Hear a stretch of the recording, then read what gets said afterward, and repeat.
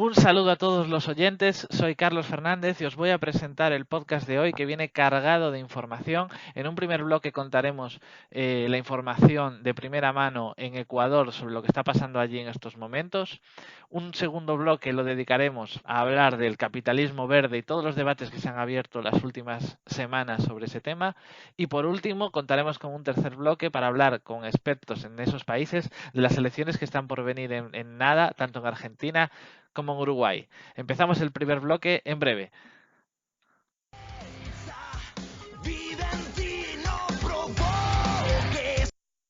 Bueno, pues empezamos con este bloque 1 hablando de lo que está pasando en Ecuador. Tenemos con nosotros a tres invitados, invitadas, a Gonzalo, nuestro flamante director, un saludo.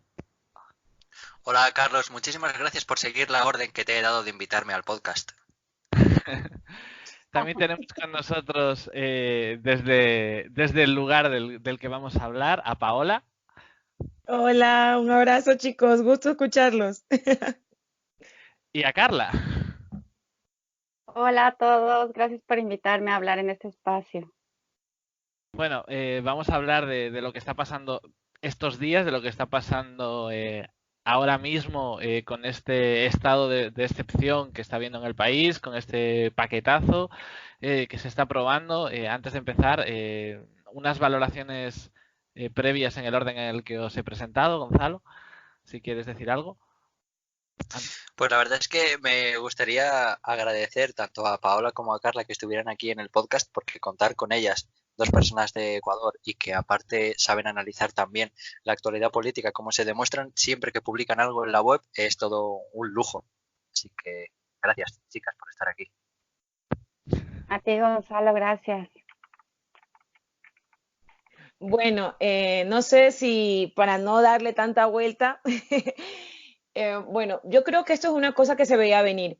Primero porque veníamos advirtiendo, al menos quienes siempre hemos hecho comentarios un poco sobre el giro que tomó el gobierno de Lenín Moreno hacia la derecha o las políticas neoliberales, era sencillamente acelerar algunas de las cosas que se veían venir. Primero, podemos hoy graficar, y al menos luego de las declaraciones que acaba de dar el presidente de la República hace poquísimos minutos, que esto ya de alguna manera configura la alianza que tiene con la derecha ecuatoriana. Estamos hablando con Jaime Nebot y Guillermo Lasso, que en diferentes escenarios, el uno muy hábil, porque ha reencauchado su discurso tratando de cooptar el voto progresista o el voto correísta, tomando en cuenta que la ausencia de líder de la Revolución Ciudadana en el país es obvia por la persecución o el lawfare, y está tratando un poco de reencauchar su discurso, tratando de maquillarlo y cooptar, pues obviamente, una parte de ese electorado, sobre todo el electorado de la costa. Y en cambio, Guillermo Lasso, mucho más radical, defendió a capa y espada las políticas implementadas por el gobierno de Lenín Moreno, al punto de decir como que comprendan, o sea, esto es difícil y nos toca aguantar a todos. Lo que preocupa es, de alguna u otra manera, cómo se viene generando una ola de violencia contra líderes de alguna manera sindicales y líderes sociales. Han detenido a representantes de la CONAIE, ya justamente hace pocas horas también la ministra del Interior de una rueda de prensa dando a conocer ya la detención de 3 dirigentes de la transportación y todavía está por corroborarse, pero parece que en Cayambe ya también ha habido el fallecimiento de una persona. Está por confirmarse. Lo que les quiero decir es que todo esto sencillamente obedece a una orden del Fondo Monetario Internacional. Lenín Moreno no tiene tiempo. Él tenía un cronograma claro para cumplir ciertas líneas que ya le había dado no solamente el Fondo Monetario Internacional, sino también el Departamento de Estado de Estados Unidos, que es evidente que gobierna con Moreno, que gobierna con Lasso, y esto sencillamente obedece a una orden que tiene que cumplir y que evidentemente va a terminar con más radicalización, más personas detenidas. Ya han amenazado o les están echando la culpa de toda esta crisis a los correístas. Dicen que esto es una cosa que tiene que ver con Correa y con los dirigentes de la Revolución Ciudadana. Entonces esperemos que esto no vaya a encrudecer, a a poner la situación de calle más complicada, porque los estudiantes están en la calle, porque las paralizaciones van a continuar y por lo que vemos el gobierno nacional no pretende bajar la mano. Gracias, Paula. Perdón. Carla. Bueno, estoy de acuerdo con lo que dice Paola. Hace un análisis político bastante interesante de la situación. Me queda por decir que esta situación que estamos viviendo ahora no es una situación nueva. Es una situación de la que hemos visto, de lo que ahora somos testigos de una reedición de capítulos anteriores de la historia. De hecho, estoy publicando ahora un editorial en El Estado en el que menciono esto. Nosotros podemos ver que tenemos el famoso episodio del Noviembre Negro en Ecuador, donde hubo una matanza de obreros. ¿Pero qué pasó antes de la matanza? El Noviembre Negro se llama, o lo recordamos así en la historia ecuatoriana, que es probablemente la matanza más grande de obreros que hubo en América Latina. Los obreros salieron a protestar por medidas económicas que tenían que ver con derechos fundamentales, como mantener una jornada laboral de 8 horas, por ejemplo. Querían que los empresarios respeten sus 8 horas de jornada laboral y no los hagan trabajar un tiempo mayor a las 8 horas. Querían que les respeten, les suban un poco el salario mínimo vital. Y frente a estas demandas tan inocuas, que no son complejas, que podía cumplir perfectamente el gobierno, pues nada, el presidente sacó a las Fuerzas Armadas, sacó a la policía y mataron en un día como 1.500 obreros. Bueno, y ahora estamos viendo una cosa similar. ¿Qué dijo la prensa en el momento de la matanza de los obreros de Noviembre Negro?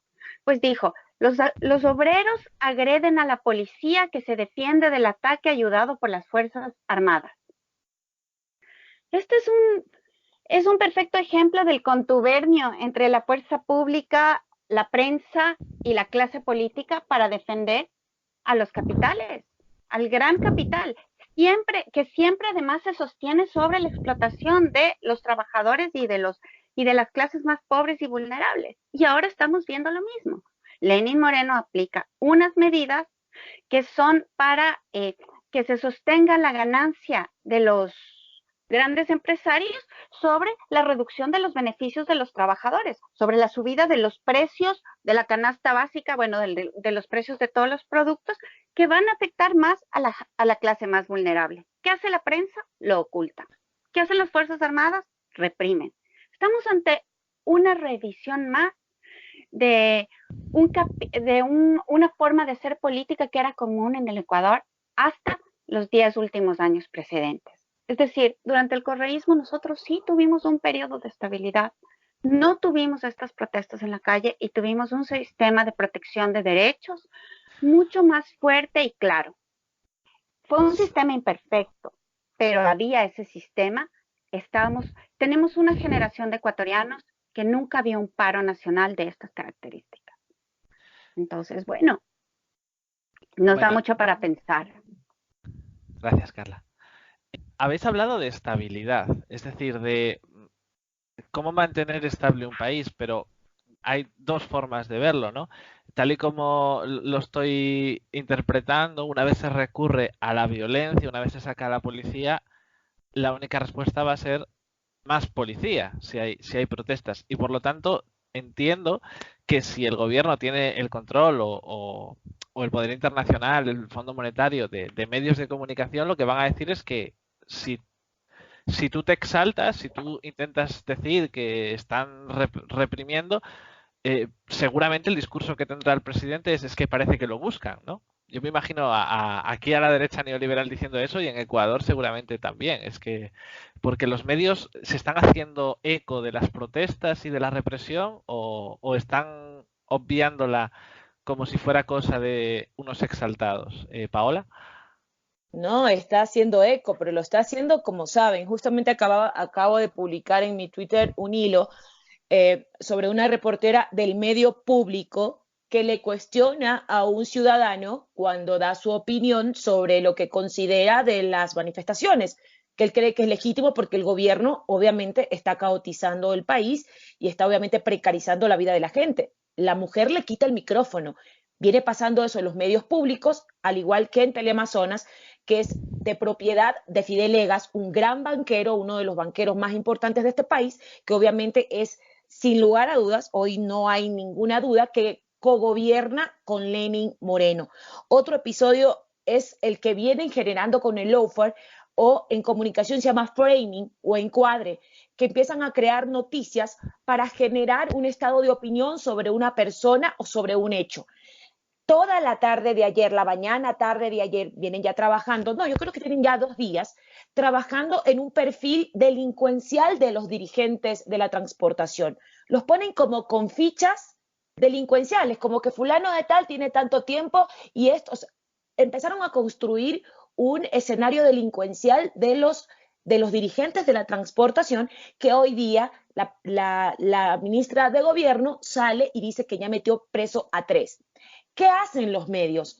Construir ante la opinión pública que está bien que se haga eso. Y si tú lees en las redes sociales, sí está bien porque la gente saquea, porque la gente está robando. Obviamente, siempre en estos escenarios habrá gente decente que sale a reclamar por sus derechos, pero evidentemente en un país donde hay desempleo, donde las medidas que el gobierno está tomando son básicamente ajustes y precarización de los que menos tienen, pues obviamente vas a ver todo lo que hemos podido observar, no solamente en las redes sociales, sino en los medios de comunicación.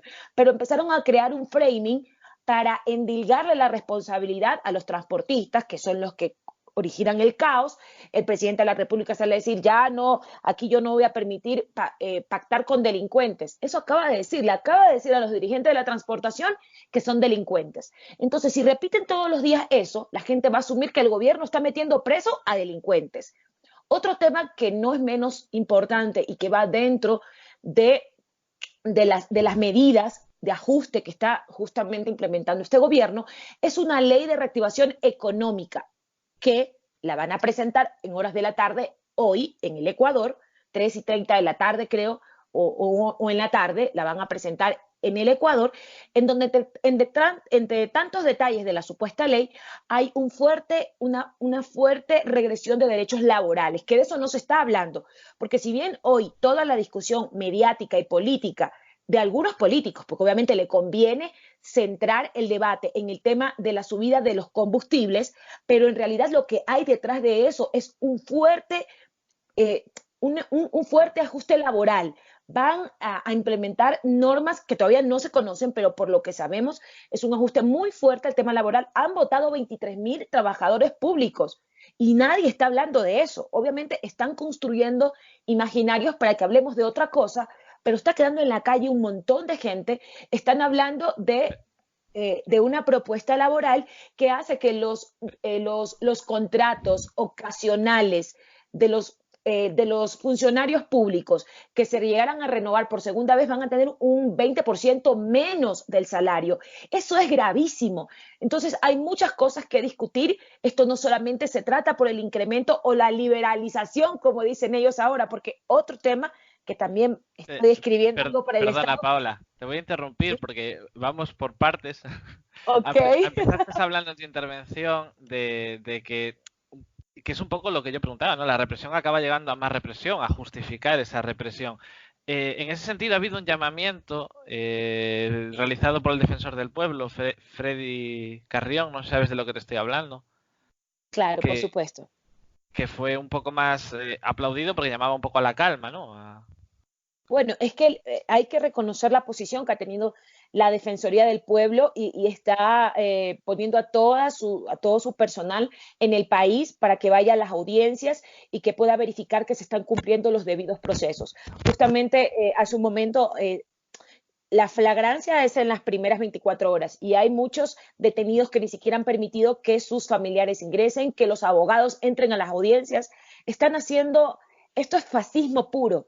Lo que está pasando en el país es una dictadura, una cosa tremenda. Los militares creo que si no, o sea, si la situación se radicaliza, sí creo que hay que también llamar una atención a los organismos internacionales que le den un ojo a lo que está pasando en el país, porque hay cosas que salen en los medios, hay otras que no. y entonces sí preocupa lo que pueda pasar con dirigentes sociales y políticos que han tomado una postura clara. Hoy están criminalizando o satanizando la posición, con esto termino, de una dirigente de la Revolución Ciudadana que en derecho, porque lo dice la Constitución, si ya tenemos un caos institucional y político, pedirle la renuncia al presidente de la República y que tanto los legisladores, los asambleístas, como el presidente de la República pongan sus cargos a disposición y llamar a elecciones generales para todos los cargos es lo más legítimo, porque en este momento no hay un estado de gobernabilidad. Es más, hay un estado de excepción y antes del estado de excepción ya habían 19 personas detenidas. Entonces el estado de excepción le da al gobierno la posibilidad hasta de matar y desaparecer gente. Entonces, sí estamos preocupados, en lo personal estoy muy preocupada por compañeros nuestros que ya sus caras han sido sacadas en una cadena del gobierno, como identificándolos como los responsables de las revueltas en el país, y eso sí hay que tener mucho cuidado, porque por lo que vemos van a acelerar más el tema de la represión contra líderes políticos y sociales del país. Carla, pregunta, pero antes, Gonzalo, no te estoy preguntando nada. Cuando quieras interrumpir o hablar, a Paola, por ejemplo, eres libre. No. Eso sería mansplaining. No. Tú me citas y yo hablo. No te De acuerdo. Por eso. De todas formas, ahora le iba a preguntar a Carla, por eso también lo digo, ¿cuál es la última manifestación a la que has ido y cómo has visto el ambiente? Si es que ha sido alguna, claro. Bueno, nada. Concentración, manifestación. Yo estuve ayer en la de Quito, estoy llena de gas. ¿Perdón? Ay, perdón, pues yo Carla. no. Sí, no, tranquila, interrumpe cuando quieras. Pues yo no he ido a las manifestaciones, la verdad, cuando vivía en Quito era muy activa porque en Guayaquil las manifestaciones son de otras maneras. En Guayaquil las manifestaciones son un poco más desordenadas y hay algunas muestras efectivas de vandalismo, ¿no? ¿Por qué ocurre esto? Haciendo una lectura más profunda, pues porque Guayaquil es una ciudad muy grande en manos del gobierno social cristiano desde hace muchos años, y es una ciudad donde hay un cinturón de pobreza extrema y de exclusión enorme. Entonces, claro, la gente más pobre sale en actos vandálicos como una manera de protestar por esa inequidad que existe también. Claro, es una manera de leer el vandalismo. Ha perdido la esperanza y cuando puede tomar revancha, la toma, ¿no? Porque Guayaquil es una ciudad mucho menos inequitativa que Quito, mucho más inequitativa, perdón. Es una ciudad donde la diferencia social, la lucha de clases se ve, donde las castas son reales. Entonces, claro, la gente pobre en un momento como este, pues sale de alguna manera como a tomar venganza. No estoy justificando esto, pero puedo entenderlo desde una lectura sociológica y política, puedo entender. Entonces, bueno, estoy adecuándome a la ciudad y no he sido tan activa en mi participación en esta manifestación, lo confieso.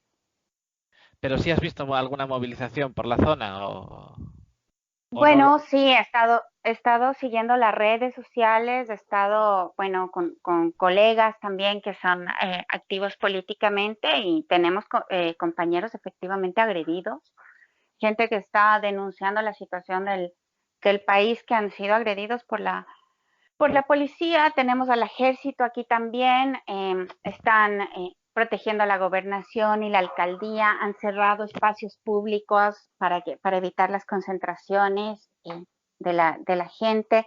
Es decir, vemos un gobierno muy agresivo y a una gente que está desbocada y en algunos momentos vandalizando algunos comercios, algunos centros comerciales. Otra gente que pese a ello sale a protestar, a pedir que la renuncia del presidente, la derogación de las medidas como para defender la estabilidad y lo que habíamos ganado, ¿no? en el periodo anterior. Es muy interesante porque no todo es Quito. Ecuador sí. es más grande, y ver lo que está pasando en cada zona. Lo que está claro es que movimientos de un u otro sentido, pero está habiendo con todo lo que está pasando, ¿no? Entonces sí, mucho movimiento. La conclusión. Bueno, Gonzalo, te voy a preguntar algo. y es que a nivel internacional, más bien a nivel América Latina, digamos que Donald Trump y todos los países que están gobernados por la derecha neoliberal y que están un poco dirigidos por Estados Unidos o en consonancia más con Estados Unidos, parece que en general han conquistado bastantes países de América Latina, pero en todos tienen problemas, ¿no? O sea, no hay Duque tiene problemas con el dossier con Venezuela, Bolsonaro el tema de la Amazonia, en Guatemala hay estado del sitio, en Argentina hay crisis, parece una región muy convulsa en este momento que puede ir hacia un sitio o hacia otro, ¿no? Pues Carlos, muchísimas gracias por darme la oportunidad de hablar. Casi te hago aquí un Paco Umbral. He estado a punto. Al final no lo he hecho. Y sí, es muy interesante la cuestión que planteas, pero yo quería hablar sobre una cosa que tiene que ver más con Ecuador, si me lo permites. Adelante. Joder, qué bueno es ser director del medio. Escúchame. Quería abordar una cuestión sobre la que no han hablado mucho Paola y Carla. Vaya por delante que estoy totalmente de acuerdo con sus análisis, pero yo quería hablar sobre el estado de excepción. Porque yo pienso que la primera oleada de represión que ha desatado Lenín Moreno es para sembrar el miedo en la incipiente movilización que hay para desactivarla, para terminar con ella antes de que pueda suponer algún cambio político en el escenario actual de Ecuador. Y yo creo que el estado de excepción, primero, vulnera constitucionalmente la Constitución de Montecristi, porque no ha sucedido ninguna agresión contra Ecuador, no hay ningún conflicto armado internacional ni interno, no hay tampoco una grave conmoción interna, ni una calamidad pública, ni desastre natural, que son las cuestiones para las que la jurisprudencia ecuatoriana habilita esta medida de tanta urgencia. Por lo tanto, al declarar el estado de excepción, suceden cosas como la inviolabilidad del domicilio, ya no es un derecho. También se puede leer la correspondencia y se puede quitar la libertad de tránsito, la de asociación y reunión, entre otras cuestiones. Yo pienso que todo esto crea unos nuevos márgenes para justificar una segunda oleada de represión bastante más fuerte contra los ecuatorianos que vayan a salir a la calle a partir de ahora. Y me parece bastante grave. No solo porque nos muestra unos tics bastante dictatoriales de Lenín Moreno, por un lado, sino porque ya podemos decir que la democracia de alta calidad que se había conseguido con la Revolución Ciudadana, en la que los ciudadanos ecuatorianos podían participar en los asuntos públicos de manera directa, ya no existe.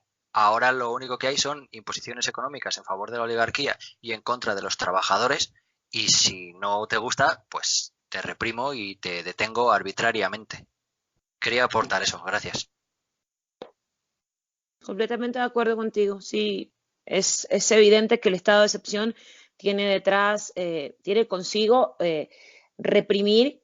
Yo no me cabe la menor duda que quieren aprovechar esto para agredir gente, desaparecer gente, y esto sí debería ser un llamado de atención muy importante, aunque ya los organismos internacionales en realidad, mira, yo no sé ni para qué existen, pero sobre todo por el apoyo internacional que tiene el gobierno nefasto de Lenín Moreno, pero sin embargo creo que sí es importante que esa lectura quede en este análisis porque definitivamente el estado de excepción tiene algo más y que justamente es radicalizar la represión contra la gente.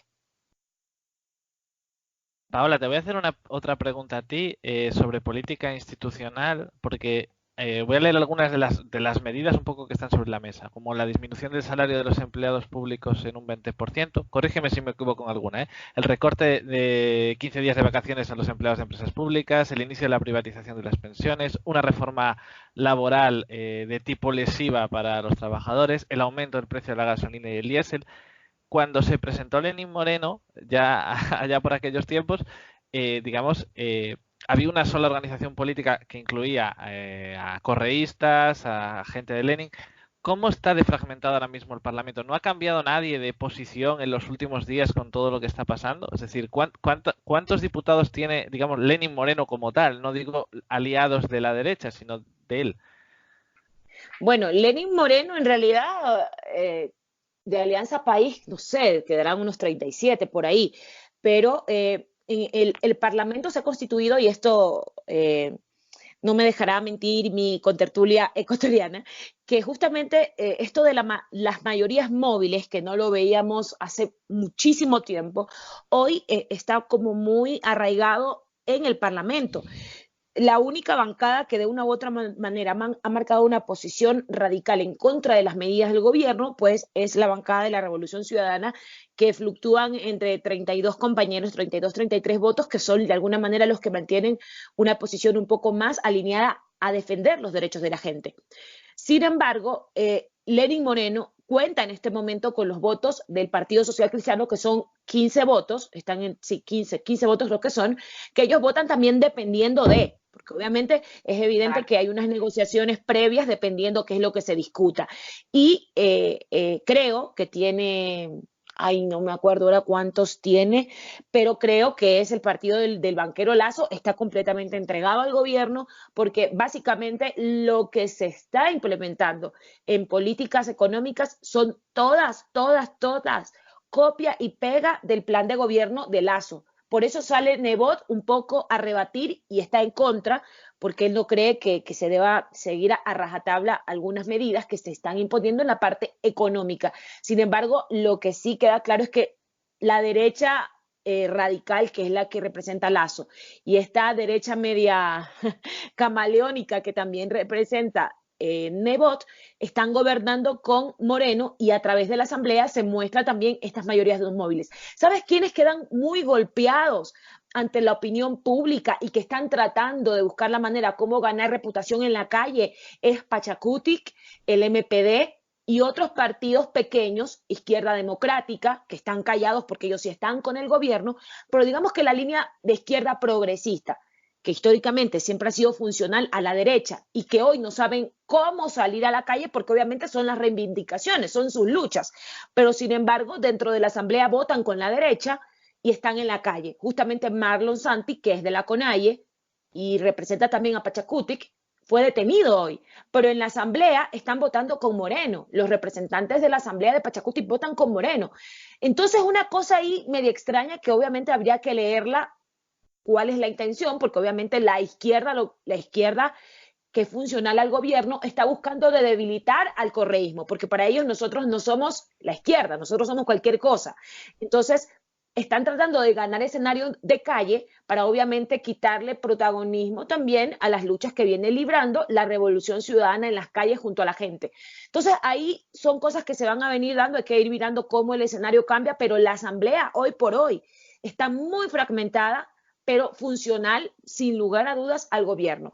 Esperemos a ver qué pasa con el proyecto de ley. Ya hemos escuchado algunas voces de parlamentarios que no están de acuerdo con muchas de las medidas que está planteando, pero como la Constitución plantea, cuando tienen que ver con temas económicos y sobre todo si la ley es económica y urgente y la Asamblea no la aprueba, puede pasar por el Ministerio de la Ley, o sea, como que le van a tirar la pelotita a Moreno para que se termine de quemar él, porque él obviamente puede vetarla y la aprueba como le da la gana.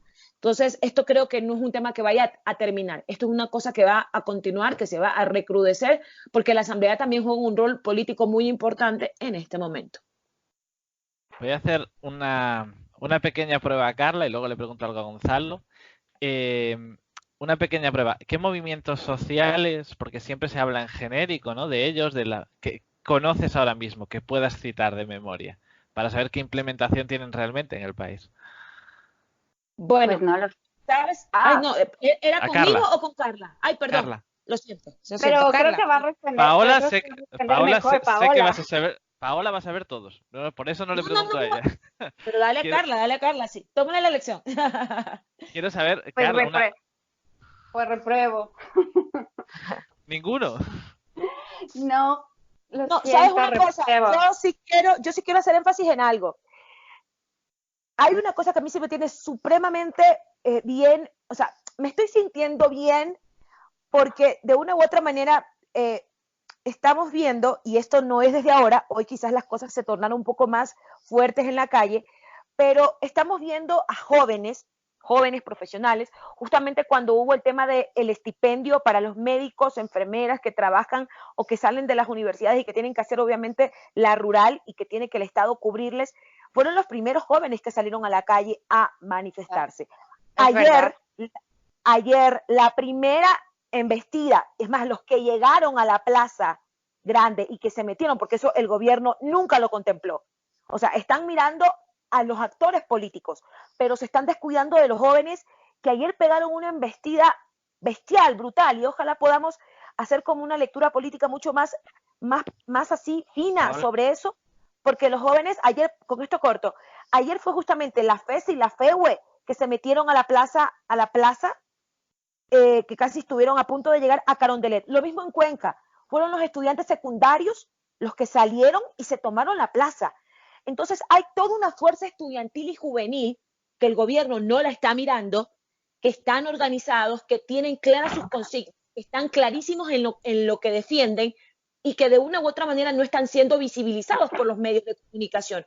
Porque en esto de satanizar y endilgarle toda la responsabilidad del caos institucional al correísmo, se están descuidando que la calle la tienen los jóvenes. Y te lo digo yo, que ayer salí, que recibí bombas lacrimógenas, que terminé tirada en la calle también, porque ayer fue muy dura la represión, pero quienes estaban delante de nosotros, todos eran jóvenes, jóvenes que van entre los 16, 18, 20 años, todos liderando las marchas de ayer, sobre todo en Quito y en Cuenca, que lo de Cuenca es ejemplar.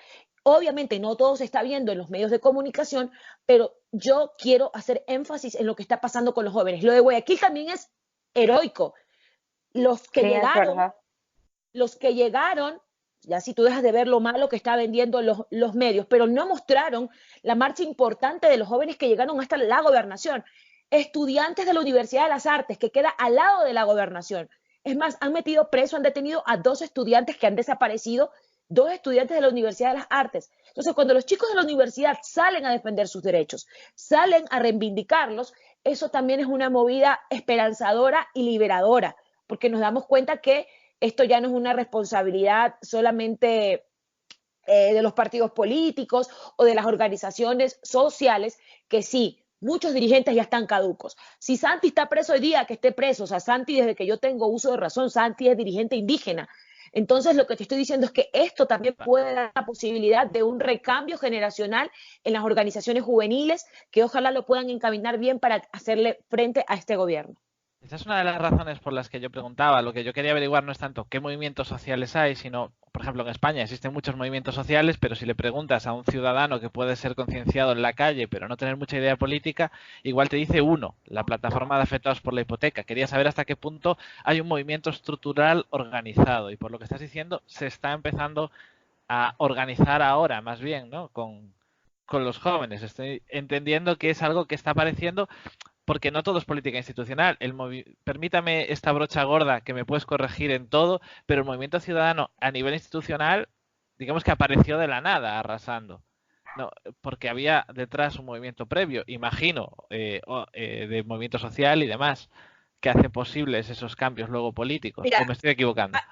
No, mira, hay una cosa que yo creo y la hemos conversado con varios compañeros, porque muchos tenemos una posición política. Yo soy parte de una organización política y por eso quizás mi mirada siempre va a ser desde la posición política, pero no dejamos de ser ciudadanos. Y creo que esto que empezó a gestarse en las calles ayer va a tener éxito si le quitamos las banderas políticas.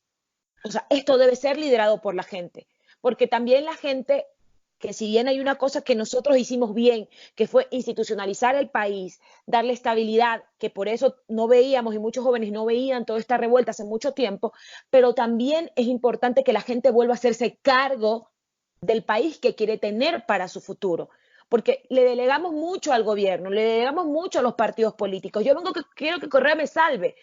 Listo, pero ¿qué estás haciendo tú para salvarte tú?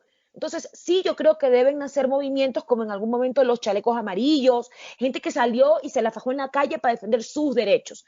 Y ojalá que esta sea una movida que haga que los partidos políticos o que los actores políticos, como uno más, salgamos a la calle, pero que sea la gente la que se haga cargo, la gente la que vaya y que increpe al poder, que no le tengamos miedo, porque esto obviamente coincido con Gonzalo en el tema que quieren instaurar un estado de miedo, pero la gente tiene que salir a la calle y hacerse cargo. El combustible, el incremento del combustible, oye, por Dios, esto va a encarecer la canasta familiar, o sea, esto es transversal, porque va a subir absolutamente todo. Entonces, no es un tema que tenga que ver con política, tiene que ver con tu vida, con tu bolsillo. Y de remate están votando funcionarios públicos, están creando leyes un poco que no... Estoy de acuerdo contigo que básicamente algunos de los planteamientos de la nueva reforma laboral, pero es imposible considerar que con el incremento de combustible y con la ley que están planteando vayan a generar empleo. Esto es una locura, es una locura. Entonces la gente tiene que hacer calle, hay que calentar la calle, pero más con rostros ciudadanos, de la gente, de los jóvenes, que a la larga terminan siendo quienes van a heredar este país y que tenemos que ponernos claro qué es lo que queremos como país y eso lo vamos a lograr si en este momento nos quedamos en la calle. Gonzalo, seguro que quieres aportar algo. Pues sí, han dicho la mayoría de las cosas, pero a mí me gustaría aportar también una cosa en la que ha estado hablando Paola, y es el recorte de los derechos laborales que tiene este paquetazo. Y hay una cuestión que a mí me recuerda mucho a lo que está pasando también en España, y es la precariedad laboral. Una de las medidas es que se puede echar a un trabajador temporal, o en Ecuador creo que se dice ocasional, y luego volver a contratarlo por un 20% menos del salario. Eso están Eso planteando en es, la ley.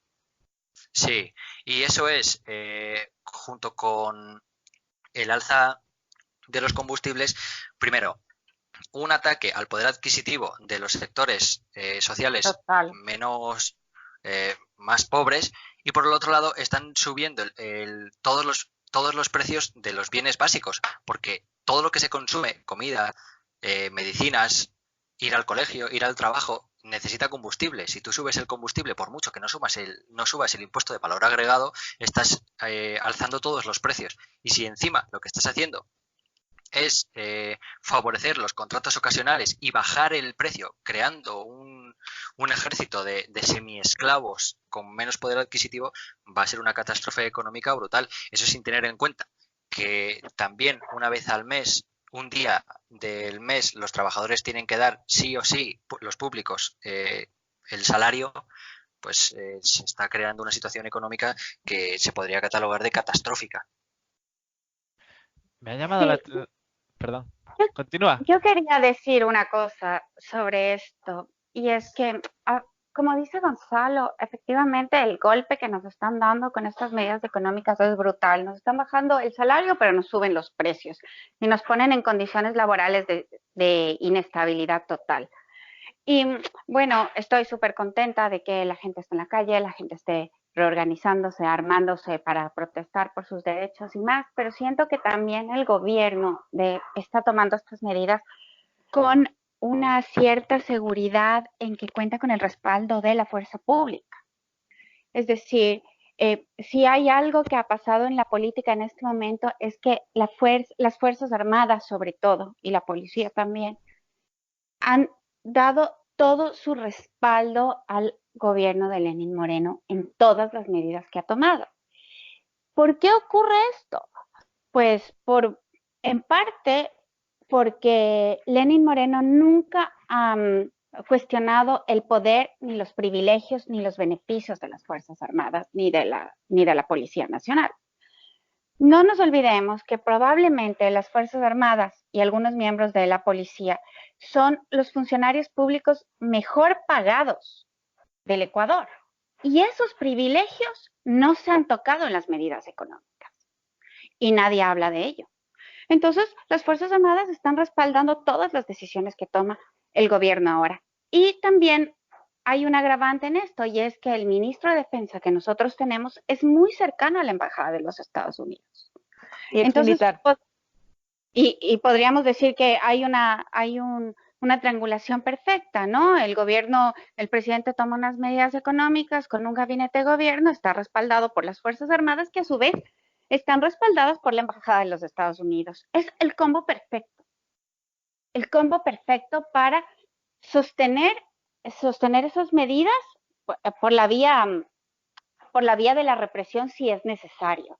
Entonces, creo que la situación es dura en el país, que derogar estas medidas nos va a costar estar en la calle más tiempo y nos va a tocar como luchar fuertemente porque el gobierno tiene la fuerza para reprimirnos y para llevar adelante su plan de gobierno, pero además ya dijo que se va a sostener sobre esas medidas.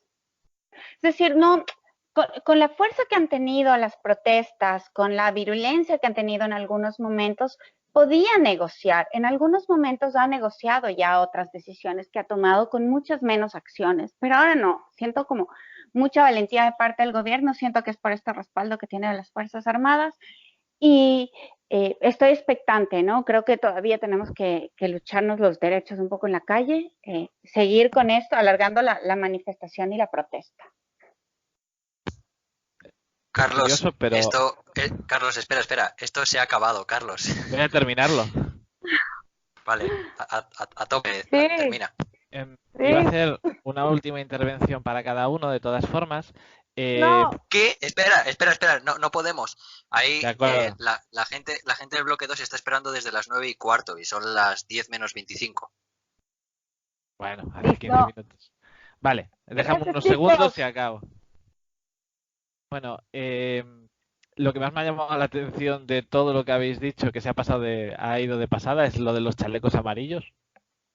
Poner de ejemplo, que América Latina ponga de ejemplo a un país europeo para hablar de protestas. Vamos a cerrar aquí el bloque. Si queréis despediros, Paola.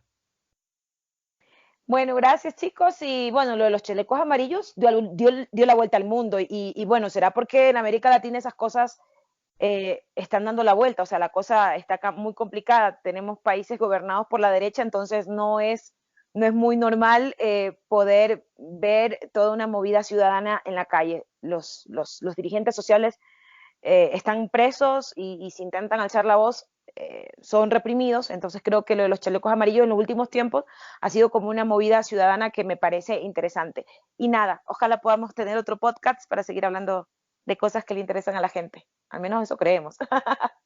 Un abrazo. Gonzalo. Sí, muchísimas gracias por haber hecho posible estar aquí y quería decir que en el estado.net hemos sacado durante el día de hoy, por ahora 3, pero vamos a sacar una cuarta noticia sobre lo que está pasando en Ecuador y vamos a seguir haciéndolo durante toda esta semana de una manera más intensa que normalmente. Un saludo a todos. Carla. Nada, que me ha encantado este espacio, me ha encantado la libertad con la que se puede hablar. Nada, hacen un buen trabajo y muchas gracias y un abrazo a todos también. Pues muchísimas gracias por haber estado aquí a los tres. Ahora vamos a ir con el segundo bloque y esperamos que os quedéis ahí hasta que empiece el segundo bloque sobre capitalismo verde.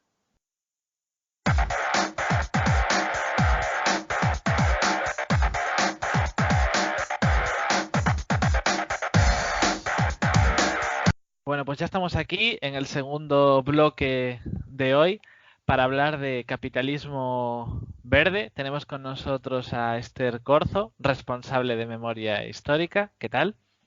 Muy bien, buenas noches. Y Alberto Sánchez, colaborador de la sección de opinión del Estado.net. Un saludo. Un saludo, encantado. Bueno, antes de empezar a hacer preguntas, el tema de hoy es capitalismo verde. Así, a palo, ¿cómo os suena, Esther? Vamos a ver, yo definiría capitalismo verde como una etapa del sistema capitalista en el que se mercantiliza la naturaleza, o sea, lo que es la naturaleza del planeta Tierra, para tener un mayor control oligopolítico de los recursos naturales. Entonces, el sistema está en una fase que está a punto de destruirse, entonces hay que tener un control de los medios naturales para intentar salvar a la gallina de los huevos de oro, que es el sistema capitalista. Alberto. Pues coincido con lo que dice Esther, es una consecuencia lógica de de la deriva del sistema. Lo que se está haciendo ahora es darle una pátina de ecologismo para poder salvarlo y que la gente no mire hacia otros lados, hacia otros modelos de gestión económica y sobre todo social. Entonces se le da esta pátina que además lo que va a hacer es que salgan perjudicados los de siempre y como dice la compañera, es una forma de salvar el mismo sistema desde dentro, para hacernos creer que se puede salvar un sistema que está abocado a la autodestrucción por esquilmar los recursos sin piedad. ¿Cómo distinguiríais el capitalismo verde? O sea, ¿qué medida o qué idea nunca estaría dentro del capitalismo verde o no lo permitiría el capitalismo para que estéis en esa posición en contra? ¿Tienes una idea, Esther? Vamos a ver, el capitalismo verde no aceptaría ninguna medida que lo autodestruya él mismo. Entonces, si el capitalismo utiliza medios destructivos, medios que no respetan ni el medio ambiente, superproducción, destrucción del medio ambiente, deforestación, emisiones de gases a, a tope, entonces si eso no lo va a permitir. Entonces, ¿qué hace? Pues nos dice que lo que tenemos que hacer es no ir en coche, reciclar el papel, apagar las luces en casa, no comer carne, cuando ese en realidad no es el problema, porque por mucho que los individuos dejemos de comer carne, dejemos de ir en coche, dejemos de gastar energía, esa no es la solución. La solución es como el sistema, cómo se produce, ¿vale? Es un sistema de producción muy destructivo, entonces, pues bueno, nos dicen, bueno, es que el problema eres tú, el problema es que eres mala persona, que comes carne, pues bueno, eso es lo que nos va a permitir. Entonces, por eso se inventan el capitalismo verde, que tenemos que ser muy buena gente y reciclar y no sé qué, que está bien, pero es que eso no sirve de nada. Eso no sirve absolutamente de nada. Si el Alberto. si el sistema sigue trabajando como está trabajando, que está destruyendo todo lo que hay en el planeta. Alberto. Bueno, pues coincidiendo con lo que dice la compañera, yo añadiría que lo que no permite el capitalismo verde en este caso también es lo que no admitiría un capitalismo sin apellido, que sería poner en el centro a la persona. El capitalismo sabemos que tiene en el centro la economía, el crecimiento económico, y jamás va a poner en el centro a la persona. Le va a dar igual el estado social, digámoslo así. Entonces, lo que no se va a hacer, como lo que comenta la compañera, es decir que el sistema tiene la culpa. No puede, igual que nos están diciendo, no, tú tienes la culpa porque tu coche emite muchos gases, o sea, tú estás cogiendo una bolsa de plástico, no van a decir, no, oiga, es que yo estoy emitiendo estos gases, pero es que hay plantas de generación de eléctrica que están emitiendo 100.000 veces más de lo que yo puedo emitir con mi coche, o las bolsas de plástico se siguen fabricando a gran escala, porque eso redundaría en su propia destrucción. Entonces, lo que también va en contra de ese capitalismo verde sería el sostenimiento de cierto tipo de empresas que ahora mismo están llevándose ciertas cosas, como ha hablado la compañera, el reciclaje, por ejemplo, es una cuestión de lógica. Nosotros estamos haciendo una labor que suma, evidentemente todo suma en este caso, y no estamos para restar en este tema, pero esto genera unos beneficios al fin y al cabo. El reciclaje, la separación en nuestras casas, al final acaba siendo, nos tratan como herramientas dentro de un sistema de producción para generar beneficios para las mismas empresas que están contaminando. Entonces están desviando su propia atención, la atención sobre ellos, perdona, hacia nosotros. Entonces yo creo que no entraría nunca el poner en el medio a la persona. No somos prescindibles dentro de este sistema. Al fin y al cabo, prima la economía. Es uno de los pocos casos donde yo creo que puede llegar incluso a ser un problema el hecho de que la gente identifique que esto es propaganda o capitalismo verde, porque yo me he encontrado con casos de personas que dicen, no, yo no reciclo porque el otro o porque me están engañando o porque estos no hacen lo que tienen que hacer y se lleva un estado como de insolidaridad importante. Voy a poner un ejemplo, ¿no? Yo leía que el ejército de Estados Unidos contaminaba una auténtica barbaridad y nadie le ponía coto. Ujú. Pero si la gente, las grandes empresas se van a otros países y deforestan, secan territorios con agua potable. Si un país se pasa del límite de CO2, puede comprar a otro país su límite de emisiones. Todas esas cosas, si la gente las detecta, en realidad no va a lo mejor conseguir que cambien, sino que tampoco va a ser una persona ecológica, digámoslo así. ¿O cómo creéis que puede afectar a la persona media el ver que a él le va todo, le va hasta las bolsas de plástico, pero en otros temas no se toman medidas? O sea, puede afectar a la propia conciencia. No sé si me entendéis, Alberto. Sí. A ver, esta cuestión además la he debatido bastante con compañeros. Es cierto que cuando una persona dice yo no reciclo, porque a mí mi conciencia me dice que yo estoy haciendo esto, pero no va a servir de nada. Es cierto que esa postura, aunque no suma para la protección del medio ambiente, tenemos que tener en cuenta que el medio ambiente, el ambiente social, es una de las cuestiones, una de las patas que se puso ya en las Naciones Unidas como una de las cuestiones que engloba el medio ambiente, el medio físico, el medio biológico y el medio social. Tenemos que llegar a un equilibrio. Yo siempre pongo un ejemplo, es muy sencillo. A nosotros nos dijeron que hay que separar los residuos en casa. Yo creo que lo hacemos todos ya por inercia y por conciencia. Pero antiguamente, hace no tantos años, había unas personas que se dedicaban a separar los residuos en unas plantas de triaje para que se fuese cada uno a un sitio, cada tipo de residuo a un sitio. Esos trabajos se han perdido, con lo cual estamos afectando también al medio social, con lo cual estamos atacando una de las patas del medio ambiente. ¿Qué es lo que ocurre cuando nosotros estamos separando nuestras casas? Que estamos dando un trabajo ya hecho con las empresas privadas. No habría ningún problema en ese sentido si las empresas que están recogiendo estos residuos fuesen empresas municipales, empresas estatales, para revertir esos beneficios de la venta de ese producto a fines sociales o otros fines, me da igual, sea sanidad, sea educación. Pero claro, yo creo que es una postura lógica dentro de la mentalidad, pero no es una postura que sube a la protección del medio ambiente. Porque claro, o sea, al final estamos en un punto un punto crítico en el cual cualquier acto es una mota de polvo más que va a sumar hacia un desastre que está por venir. Porque lo estamos viendo ya los procesos de lluvias torrenciales que no se han dado durante mucho tiempo, huracanes que ahora mismo están girando y están volviendo hacia Europa cuando deberían estar yendo hacia Estados Unidos y demás.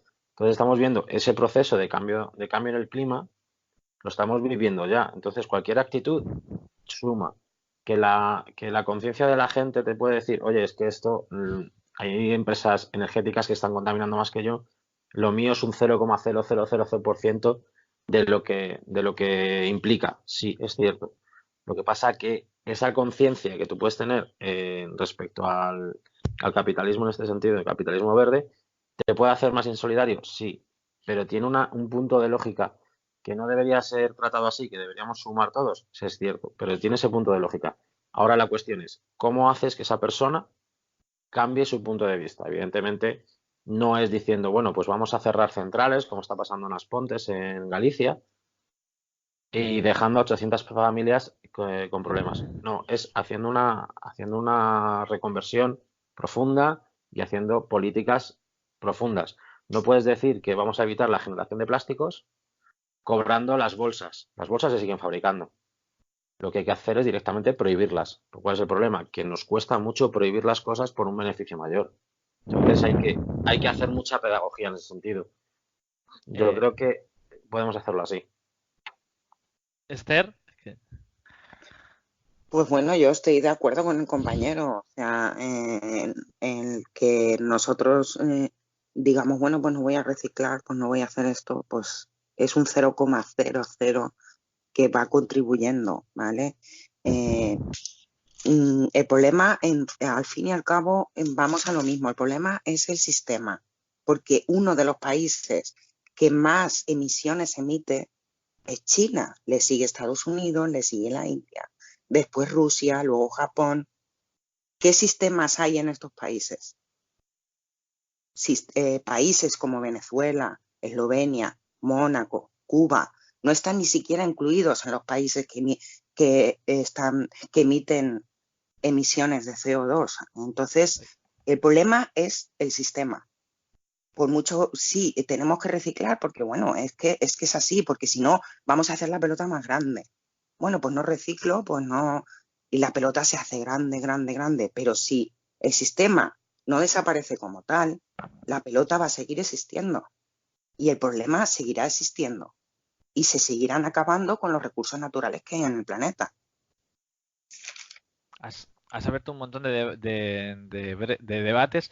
Realmente podéis interrumpiros cuando queráis, ¿eh? O sea, el tema de las bolsas, por ejemplo, que comentabas, yo he visto a los comerciantes aquí del barrio que dicen que pues venden 10 veces menos bolsas de las que daban antes. Un rollo de bolsas les podía durar un día y ahora les dura 2 semanas. Es un cambio, digamos, yo sí lo veo, me meto aquí en el debate, como un cambio gradual positivo. Es decir, si tú lo cortas de raíz, vas a generar muchos problemas, pero si tú vas adaptando a la población a ese camino, es más fácil.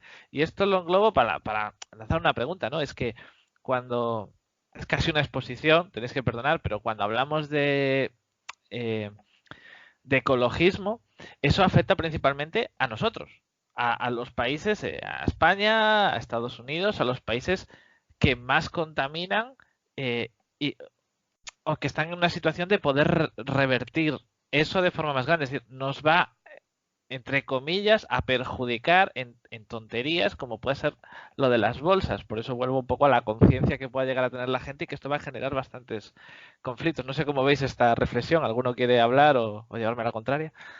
A ver, cuando se habla... Ay, perdona. No, habla, compañero, habla. A ver, cuando hablamos del tema de prohibir los plásticos, el tema de las bolsas, no me refiero de que no se haga. Me refiero, a ver, lo que me refiero es, si tú quieres realmente evitar que haya bolsas de plástico y plásticos o microplásticos en los mares, lo que haces es prohibir los plásticos. Me refiero, hace unos años una marca de supermercados vendía a bombo y platillo de que sus bolsas estaban hechas de fécula de patata. Material biodegradable perfectamente. ¿Cuál es el problema? Prohíbes, o sea, lo que se debería hacer es prohibir la producción de unos plásticos derivados de los hidrocarburos. Podríamos hacer otro tipo de bolsas que se degradan en X tiempo y son biodegradables. Ahora, si es cierto que esto de que se gastan menos, claro, se va creando una conciencia. Yo a lo que voy es, se debería hacer una reconversión de los medios de producción de este tipo de cuestiones. Es lo mismo que si dices, bueno, pues no se permite hacer X cosa, vamos a intentar esta industria reconvertirla para hacer el mismo producto con otra materia prima menos contaminante. El problema está en que no vamos a querer tocar ni industrias ni nada por el estilo. Vamos a poner el foco al final en el individuo. El individuo que como tal, oiga, yo me llevo mi bolsa, puede ser de papel o lo que sea, pero es que lo que hablamos la compañera también y lo que hemos comentado antes, al final somos una pequeña parte. Yo, por supuesto, yo estoy a favor de que se vayan eliminando las bolsas de plástico y que se utilicen bolsas de tela, degradables o bolsas cualquier otro tipo. Pero esto es lo mismo que en otro tipo de cuestiones. No podemos usar el coche porque emite muchos gases. Vale, vamos a coger e incentivamos el uso del coche eléctrico. ¿Sabemos exactamente la huella ecológica de este tipo de coches? O sea, porque este tipo de coches funcionan con baterías de litio, que es una de las industrias, la extracción de litio, más contaminantes del planeta. Funcionan con energía eléctrica que se genera en centrales de carbón en este país. O sea, y si no, las estamos comprando la energía a Marruecos en otro tipo de centrales también de carbón. Entonces tenemos que ver, por ejemplo, lo que hemos estado comentando antes, las centrales térmicas que esta semana o la semana pasada se han dado el anuncio de que se iban a cerrar, por ejemplo, la central de Aspontes de Endesa, y se va a cerrar 800 familias más 1000 y pico empleos indirectos. La cuestión es, ¿por qué no se invierte y se hace una reconversión de esa planta para generación, una planta de I+D para generación de energías renovables? No, se cierra porque nos sale más barato al final generarla en otros países, nuestra tasa de emisiones se queda más reducida y parece que somos más verdes, pero la necesidad de generación de electricidad sigue estando ahí. Entonces tenemos que verlo todo desde un punto de vista más amplio. Al final yo creo que la gente cuando nos está diciendo, oye, es que hay que hacer esto en este sentido, estamos mirando con una mirada muy estrecha. Tenemos que verlo en un campo amplio. Está muy bien que haya coches eléctricos, está muy bien que ese tipo de cuestiones haya, pero también hay que ver de dónde viene esa energía, de ver de dónde vienen todos esos materiales y hay que ver muchísimas cosas. Entonces, yo creo que hay que incentivarlo todo hacer una pedagogía grande hacia el individuo Ah, en todas estas cuestiones y sobre todo ampliar la mirada, que nos quedamos siempre en una cuestión muy reduccionista y ampliar un poco el campo de visión.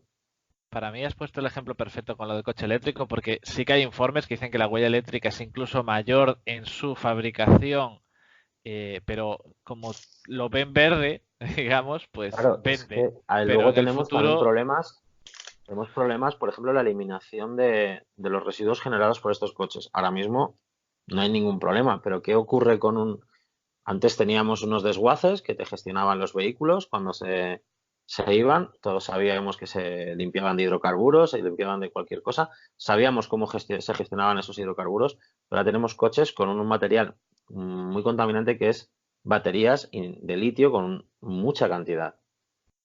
¿Qué que hacemos con esos residuos? no solo los residuos, la propia fabricación. Efectivamente. Voy a preguntarle también a Esther, bueno, puedes aportar lo que quieras, de todo lo que estamos diciendo. Mi pregunta más, has mencionado China. Y me Sí. ha llamado la atención por varios motivos, ¿no? Bueno, yo he estado en China, allí la gente utiliza habitualmente mascarillas para ir por la calle. Ahí se nota la polución en las grandes ciudades de una manera que aquí ni nos acercamos todavía. Pero has dicho como que ellos contaminan más, pero los países, hay que pedir a los países emergentes, que son los que están creciendo, que hagan ese esfuerzo antes que los países que ya son de, digamos, del primer mundo, que ya están consolidados en todo su funcionamiento, porque realmente lo que hace China es producir esa polución con empresas en su país, mientras que Estados Unidos, otros países la deslocalizan y no se nota tanto porque sucede en muchos países, como la fabricación de los coches eléctricos, por ejemplo. Claro, pero vamos a ver, China, estamos hablando de un país que por mucho que quieran decir por ahí y tal, es un capitalismo súper salvaje, ¿eh? Entonces, un capitalismo súper salvaje emite una contaminación brutal, ¿vale? Y bueno, en realidad, como tú has apuntado, Estados Unidos es un país que lo que más suele hacer es focalizar en otros países la explotación, ¿vale? Porque recordemos que Estados Unidos es uno de los países del mundo que tiene más fuerte el tema de proteger el medio ambiente de su país, no de otros, de la explotación en otros. Pero aún así, estamos hablando de que Estados Unidos le sigue a China solo por debajo con un 15% de emisión de todos los países del mundo. Es que yo creo, y focalizado, es que el problema es el sistema. Cuanto más capitalista, cuanto más neoliberalismo existe en un país, más contaminación se emite, porque el Claro, problema es el sistema. El sistema lo está haciendo profundamente mal. Está perdona, explotando, perdona, sí, claro, dime. pero perdona que te interrumpa, pero Sí, precisamente por eso lo decía, ¿no? Poner el sí, foco en China, en India o en Brasil, que son países más emergentes, es no ver el árbol, pero no ver el bosque, ¿no? Que el problema es en sí el sistema, es lo que estás diciendo, en realidad. claro, claro. Es el sistema, nos pongamos donde nos pongamos. Aquí en España también, en muchos parques naturales, por ejemplo, si tú te vas al Pirineo, ¿vale? Hace unos años, no sé si conocéis la Cola de Caballo en el Pirineo aragonés. Es una gran cascada que hay, preciosa, pero que ha disminuido su volumen enormemente. ¿Eso por qué es? Porque estamos haciendo algo mal, ¿no? Miremos como que el planeta Tierra es como una máquina, ¿no? Perfecta. Entonces tiene muchos engranajes. Si nosotros metemos la mano en un engranaje y lo fastidiamos, ¿qué es lo que pasa? Que todo empieza a funcionar mal. Entonces lo que está pasando es que ya digamos plásticos, digamos emisiones por los coches, por la contaminación de las grandes explotaciones ganaderas, la industria mal focalizada. Estamos metiendo mano en el engranaje de la máquina y la máquina se está fastidiando. Entonces, si tú metes en la mano, lo rompes, la máquina, por mucho que digas que yo ahora le voy a poner un tornillo aquí, que es que no voy a coger bolsas de plástico, o le pongo un parche aquí, que es que no voy a tirar, que voy a reciclar el papel o que no voy a coger el coche, la máquina sigue estropeada. Entonces, el problema yo lo sigo focalizando en el sistema. El sistema ha metido de la mano en la máquina y la está fastidiando y llegará un momento en que se romperá. Voy a contar un ejemplo y preguntaros si conocéis alguno así. Si habéis ido a un kiosco alguna vez, habéis visto siempre estas, digamos, revistas que vienen con un cartón enorme que te pone un montón de cosas plastificadas y demás. Hoy día es mucho más raro encontrarse esos cartones grandes porque el precio del cartón ha subido muchísimo. Entonces ya no les compensa poner el cartón. Y lo que hacen es poner, no tenemos cartón porque somos ecológicos, pero siguen viniendo con el plástico. Te puedes comprar una National Geographic para denunciar el problema de los plásticos envuelta en plástico o en un doble plástico. Y entonces eso, digamos, es un poco de imagen, pero realmente se está desapareciendo porque suben los precios porque cada vez escasea más. Es como que no lo hemos visto venir y ya es tarde para arreglarlo. Y me temo que esto puede pasar en otros lados. No sé si conocéis algún ejemplo de que se venda como algo positivo que en realidad sea más por las circunstancias. Lo entiendo como que no. Estaba esperando. Sí, no, habla. No, a ver, yo creo que más que que por el precio, que también influye, yo creo que también en el tema del cartón influye que ahora se está poniendo el foco en la separación. Entonces, evidentemente, el cartón que se está vendiendo o que se está reciclando viene con más calidad, porque es una de las cuestiones que al separarlo nosotros se genera. Yo cuando estudié, pues yo estudié temas de medio ambiente en su momento. Una de las grandes cuestiones de la separación es que al venir con más calidad, más limpio, se puede generar a un precio más alto porque tiene más calidad el papel que se recicla. Entonces también esto influye. Nosotros separamos papel, cartón, llega más limpio a las empresas gestoras y se puede vender a un precio más alto. Por lo cual se vende a un precio más alto y al final la cadena va surgiendo y al final el cliente final lo recibe a un precio más alto porque todos quieren su parte del pastel. Si yo te lo vendo a 100, si tú lo vas a vender a 110 para tener algo de beneficio. Entonces también va por ahí. La escasez, al final sabemos que todo esto viene de cuestiones de la celulosa y demás, o sea, la deforestación está ahí, o sea, no vamos a parar de forestar como especie porque somos así. Entonces yo creo que también es un poco lo que tú dices, es la escasez ante, sobre todo ante el tema económico. Y en cuestiones de todo esto podemos ver, pues, por ejemplo, los combustibles. Tenemos el tema de los combustibles, te suben los precios, ¿no? Para intentar desincentivar el uso de los coches diésel y demás, ¿vale? Coches diésel, coches de gasolina. Y tenemos toda la cuestión de los coches de GLP, el gas licuado del petróleo, ¿vale? Pues se desincentiva con impuestos el uso de Ajá. estos combustibles, ¿vale? Pero es que también tenemos que ver que hay una bolsa reducida de una bolsa limitada, perdona, de hidrocarburos en el mundo. O sea, esta es la cuestión de lo que te digo, una bolsa reducida, de que al final va a llegar a un punto de no retorno en el que no vamos a poder tener más hidrocarburos o los que vamos a tener van a tener un coste demasiado elevado en su producción. Entonces, yo creo que es más, vamos a intentar hacer unas reservas grandes para no estar, dejar unos precios tan baratos y demás, que por desincentivar ese uso. Porque tenemos opciones. Hace años había científicos de la estudiantes de la Universidad de Valencia que patentaron unos motores que podían funcionar con agua o con ciertos aditivos no contaminantes. Opciones hay. La cuestión es, vamos a hacer esto y desincentivamos. Sí, pero es que también llegamos a un punto crítico de que no hay. Sabemos de que se está buscando por todos los sitios bolsas de petróleo grandes para intentar explotarlas y abaratar esos precios. En el momento en el que entre más materia prima en el mercado, no va a haber ningún problema. Esto ocurre también con el fracking. O sea, tenemos el gas empieza a encarecerse porque hay poco. O sea, es un recurso finito. Entonces hay poco, tenemos que saber de cómo sacar de una forma barata gas de cualquier sitio.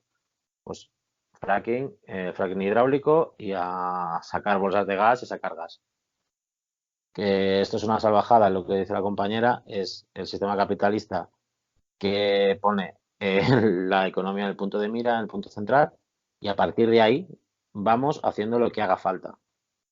Yo creo que van por ahí más los tiros en muchas cuestiones, porque ya te digo, la cuestión de la escasez o no, o sea, la cuestión de ese cambio de mentalidad de no, esto no hay, vamos a ponerlo más caro. Yo creo que es realmente por la escasez y en muchas ocasiones también por el acaparar material para luego venderlo. Pero yo creo que va por ahí un poco más los tiros. Vale, tengo muchas preguntas, pero realmente se está acabando el bloque. Eh, una pregunta para los dos, empezando por Esther. A mí me gusta la Fórmula 1. Eh, Debería no verla porque es uno de los deportes más contaminantes del mundo y al final con mi actitud estoy provocando que eso continúe, más allá de que además van a países sin derechos humanos o cuestionados. Es decir, nuestra lógica también tiene que cambiar en ese sentido. O soy incoherente, está mal, está bien, tengo que sacrificarme yo en este sentido. Vale, y yo pues voy a hacer un poco, tú me preguntas a mí, yo te voy a lanzar otra pregunta. ¿Tú crees que porque tú Perfecto. dejes de ver la Fórmula 1 se dejará de contaminar? ¿No? Porque tú no veas Fórmula 1, no se va a seguir destruyendo el planeta, no se van a seguir destruyendo los recursos naturales del planeta. Le paso la pregunta a Alberto. A ver, sí es cierto que la Fórmula 1, los deportes de motor, suelen tener un impacto ecológico grande, más allá de las emisiones de los coches, sino por todo lo que se genera alrededor. Entiendo que la construcción de los circuitos en muchas ocasiones, pero una actitud, o sea, una forma de activismo de la gente, de dejar de apoyar un formato, no, como dice la compañera, no va a dejar de que eso se produzca. Podemos hablar que a lo mejor también va a ser súper contaminante el Mundial de Fútbol de Qatar, teniendo en cuenta que van a salir noticias de que van a climatizar los estadios en Qatar para que no haya unas altas temperaturas. Estamos hablando de la generación de miles y miles y miles de kilovatios de electricidad para generar aire acondicionado dentro de unos estadios en un recinto abierto. O sea, Bueno, contamos que es una locura.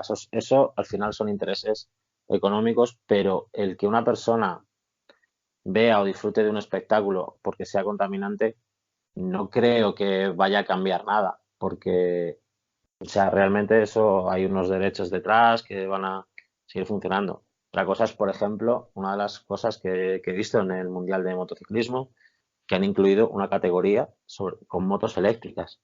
Eso al final va a crear un poco de conciencia y yo creo que ahí sí se puede hacer hincapié. Pero yo no creo que debas sentirte culpable personalmente porque realmente el que tú no lo veas no va a hacer nada o que se deje de ver no va a hacer nada. Eso al final es un interés económico de X televisiones, X tal, que van a seguir funcionando en ese sentido y va a ser un espectáculo para todos. Y si no es eso, al final, pues ya te digo, va a ser el fútbol, va a ser otra cosa, pero sí que se debería racionalizar todo. bueno, Pues no creo que se pueda. Vale, lo pensaré. ¿Tenéis una última intervención cada uno para que digáis lo que queráis sobre este tema o lo que haya quedado fuera o unas conclusiones? ¿Quién quiere empezar? Pues si quieres empiezo yo. Adelante. ¿Qué os parece bien? Vale, mira, yo me gustaría poner un ejemplo, ¿vale? Por ejemplo, imaginémonos una persona con cáncer de pulmón, ¿vale? Si deja de fumar, ¿el cáncer desaparece? No.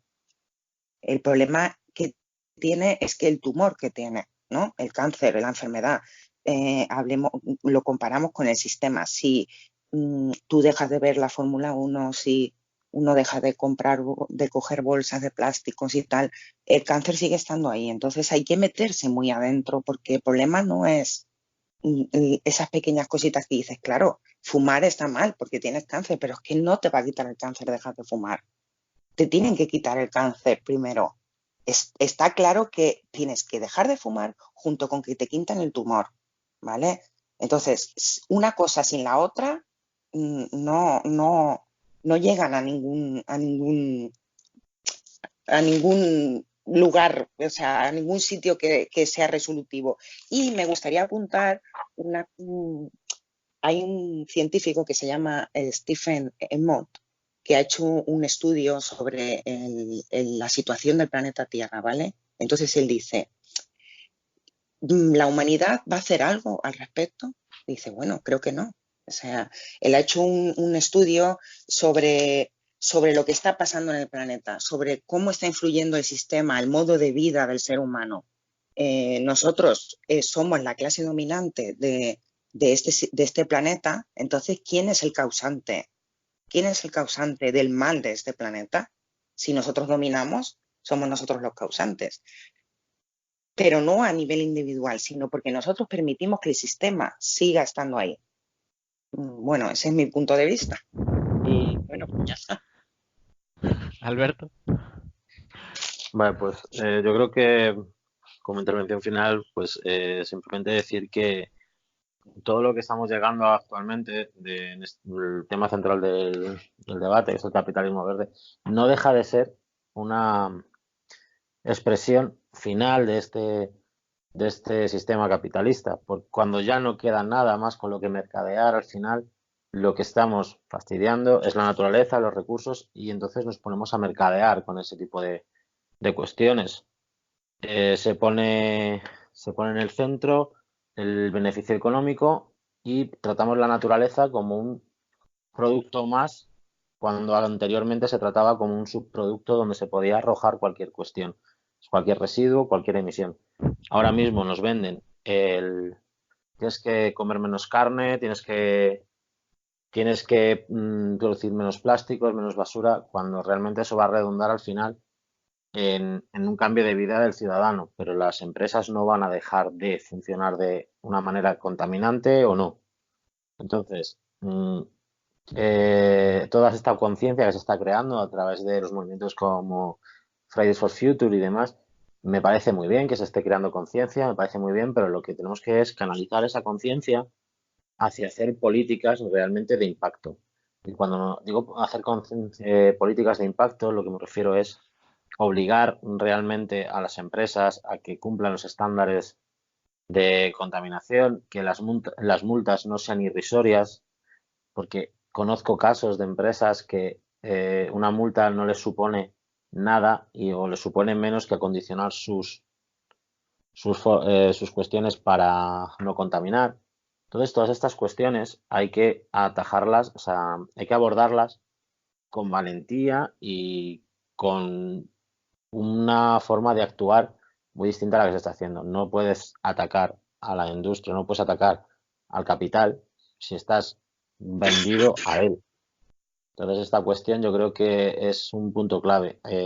Atacar las políticas capitalistas es una de las formas en las que vamos a poder salvar lo que podamos de esto, porque estamos acercándonos a un punto de no retorno. Y con este nuevo capitalismo verde, esta nueva ecología, en el que te dicen que no comas carne, que no hagas esto, no lo vas a conseguir. O sea, no se va a conseguir porque realmente lo que estamos haciendo es dejar de comprar unos productos, dejar de vivir de una forma para vivir de otra, que es la que nos están marcando y nos están diciendo. Y esto es lo que nos va llevar al mismo sitio, pero lo único que nos va a hacer es tener la conciencia tranquila, en cierto modo, como individuos, y pensar que lo estamos haciendo bien, cuando realmente estamos haciendo lo mismo o peor.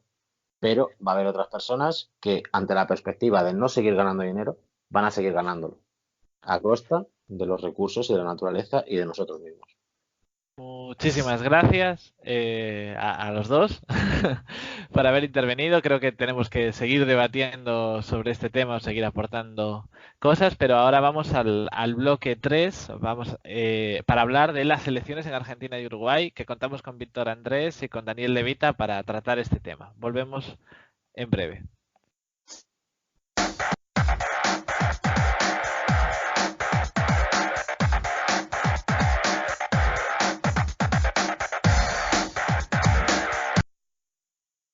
Bueno, pues ya estamos aquí en el bloque 3, en el último bloque, para hablar de las elecciones en Argentina y en Uruguay. Contamos con nosotros con Andrés Correa, periodista. Un saludo. ¿Qué tal? Muy buenas tardes para todos y bueno, el placer de estar en esta comunicación, en este podcast. Y con Daniel De Vita, rapero, músico, compositor, colaborador del Estado.net. ¿Cómo estás, Carlos? Un placer, Víctor, también. Bueno, antes de hacer ninguna pregunta, si queréis hacer una valoración general de cómo veis estos procesos, sobre todo en el caso de Daniel De Vita, pues de Argentina. Y a Daniel, ¿quieres empezar tú o quieres que te haga una pregunta? Dale. No, bueno, me parece que no solamente se juega el futuro de la Argentina, sino que también empezamos a ver si empezamos a revertir esta nueva escalada de la derecha neoliberal, oligárquica, aliada a las corporaciones, o si volvemos a apuntalar la región a una mirada nacional, popular, de justicia social. Me parece que, como se viene dando y como nos pasó con Brasil hace muy poco, estábamos todos los compatriotas de la patria grande, de Latinoamérica, viendo los resultados de cada uno de los países porque sabemos lo importante que es y cómo repercute en la calidad de vida y en el futuro de millones y millones de latinoamericanos. Así que sabemos que se está jugando tanto en Argentina como en Uruguay el futuro de nuestra región y de qué vamos a hacer, si vamos a volver a una mirada latinoamericana, de soberanía, de dignidad, o si continúa este proceso nefasto de arrastrarse y hacer con la cabeza que sí a todo lo que nos dice el imperialismo, ¿no? Andrés.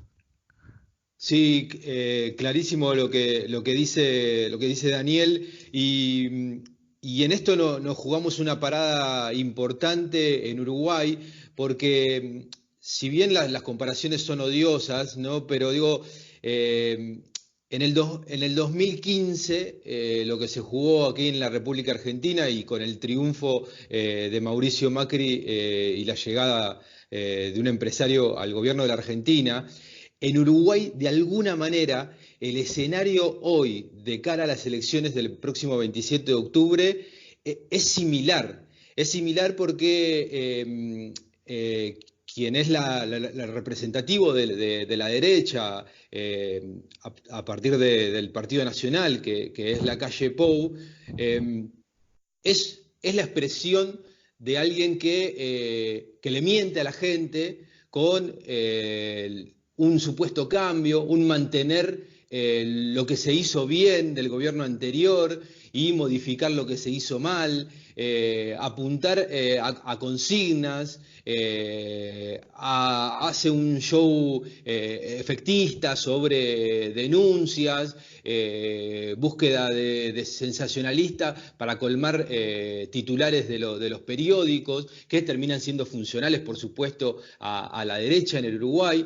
Y digo, de alguna manera, el alerta que se instala en Uruguay es el alerta del 2015, ¿no? Y lo que el macrismo denominó campaña del miedo, que muchos en la Argentina sostuvieron de lo que 4 años después se comprobó, ¿no? Que fueron las políticas del macrismo y que la describía Daniel. El alerta hoy en Uruguay es eso, o sea, la derecha viene por el extractivismo económico, por la bicicleta financiera, por un país de servicios y no de producción. Entonces, ese es el alerta hoy aquí en la región. Creo que Argentina lo va a poder sortear de mejor manera, de acuerdo a lo que salieron las elecciones, de lo que se denominó las elecciones PASO aquí en la Argentina, y el desafío ahora queda de mano en la otra orilla, ¿sí? Como solemos decir aquí, que queda en Uruguay, por supuesto. ¿Cuál es? Pregunta para ti, Daniel, pero podéis responder como queráis. Las ganas de votar que veis, por ejemplo, en Argentina, porque ha pasado muchas cosas en los últimos años, incluida la llegada del FMI y una serie de cosas, independientemente de que en algunos sitios de la región sea obligatorio votar o no. ¿Cómo veis el nivel de implicación ciudadana en este momento? ¿O de desgana o de ganas de votar? No, la verdad que las PASO, que es estas primarias simultáneas, abiertas y obligatorias que se celebraron en agosto, se vio gente yendo a votar con un ánimo y con un espíritu que la verdad que yo hace mucho tiempo no veía. Creo que desde el 2011 que no veía así gente celebrando en la calle, festejando, sintiendo de que lo que iba a pasar y que el resultado de la elección iba a repercutir en su vida de una manera contundente.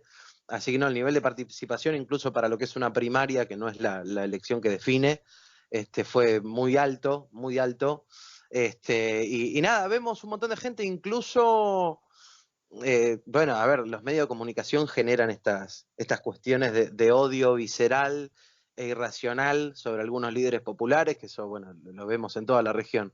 Pero incluso con ese odio visceral a esos líderes populares, yendo a votar conscientes de que esa persona que tanto odian les puede mejorar la calidad de vida, y la verdad que eso es algo medio inédito para mí. Así que no, el nivel de participación que vamos a tener ahora en octubre me parece que va a ser superior incluso, y todo indicaría, al margen de los esfuerzos del macrismo. Yo sé que, por ejemplo, allá en España la consigna "sí se puede" se asocia más a algo más agradable. Acá "sí se puede" fue la consigna del macrismo, de cómo llegaron, y ahora están haciendo una serie de marchas y de actividades que se llaman las marchas del "sí se puede", donde buscan remontar la elección y diciendo de que van a poder corregir todas las mierdas que hicieron durante estos 4 años. Pero al margen de los esfuerzos y del hostigamiento mediático, lo que están viendo las encuestas es que se va a profundizar aún más la diferencia a favor del campo nacional y popular. Las elecciones son para los dos. En Argentina renuevan también a un tercio del Parlamento, o me estoy equivocando. Entonces, ¿puede ser que gane un candidato, pero el Parlamento esté en manos de la otra fuerza política mayoritaria? ¿Cómo se puede gestionar eso? No, bueno, y legislativamente, por el caso de Argentina, va a ser muy positiva la elección por esto del margen de cómo se gana. En las PASO estoy tratando de hacer memoria, pero eran 17 puntos en el escrutinio provisorio y en el definitivo fueron casi 20 puntos, así que la composición parlamentaria va a ser muy favorable, también teniendo en cuenta de que la alianza que encabeza Alberto Fernández y Cristina Fernández es una alianza muy amplia, donde, bueno, hay una pluralidad, donde quizás no todos piensan igual.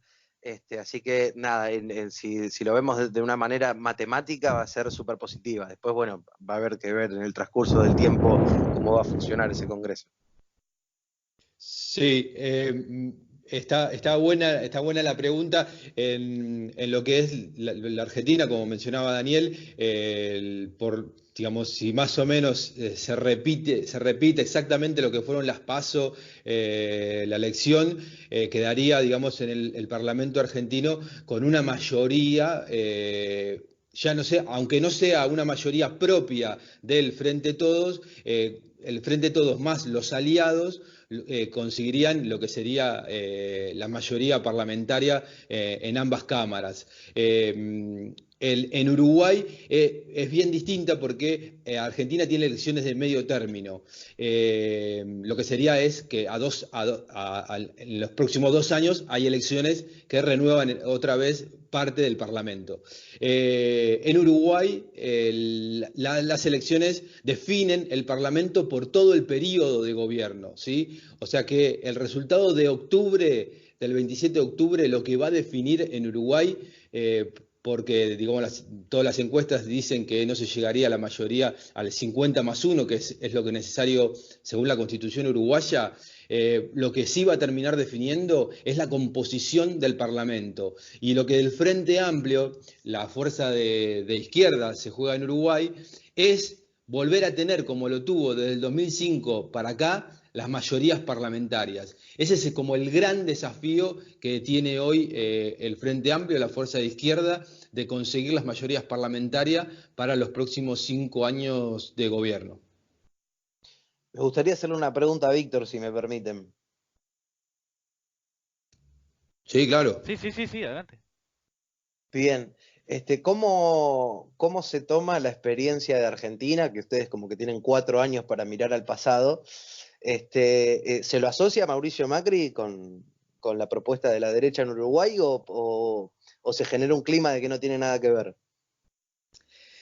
Mirá, es muy buena la pregunta. Es muy raro lo que pasa, y creo que ahí, digamos, los grandes medios de comunicación han jugado su rol a favor de la derecha y tratar de no vincular. Pero si uno va a los tweets de los referentes, tanto del Partido Nacional, Partido Blanco, como del Partido Colorado, esa alianza blanca y colorada que nosotros denominamos los rosados, ellos, cada uno de esos referentes, han saludado cuando asumió Macri, incluso en los primeros 1 o 2 años de Macri en el gobierno, siempre felicitaban lo que se estaba haciendo en Argentina. Hoy ya hoy ya no se sacan fotos con Macri ni con nadie vinculado al gobierno en la Argentina. Tratan de diferenciarse de que se hicieron las cosas mal en la Argentina. Tratan de marcar una diferencia,